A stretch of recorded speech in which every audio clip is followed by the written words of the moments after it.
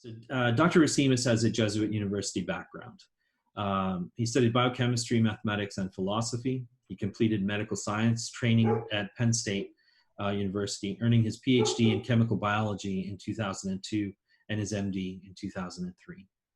After his psychiatry residency and training at the Mayo Clinic in Rochester, Minnesota, he became a clinical fellow at the National Institute of Mental Health, training in consultation-liaison psychiatry, bioethics, and clinical research. He received the Institute's highest honor for clinical care, the Hannah Cashman Memorial Award.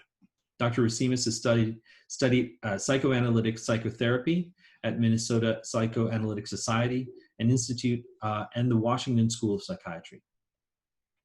So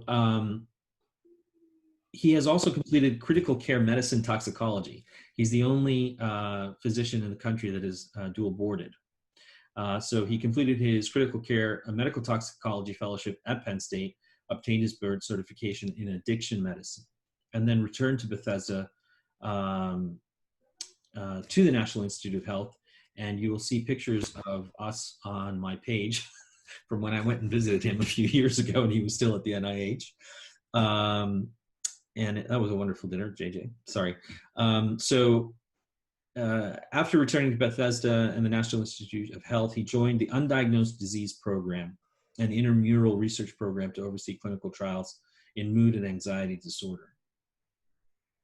So as a fellow of the as a fellow of the Academy of Psychosomatic Medicine, as well as the American College of Medical Toxicology and the American College of Psychiatry, Dr. Rasimas has a background also in emergency psychiatry.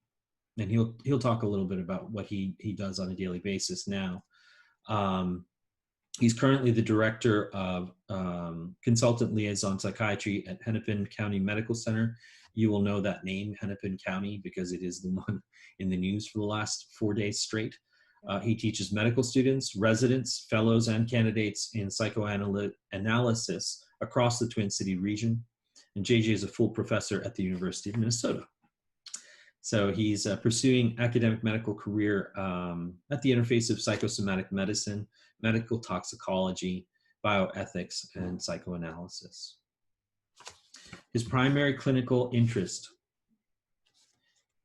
is in the phenomenology of suicide. And that's one of the reasons I'm really happy to have him here tonight, because we are as a society in a very, very difficult place.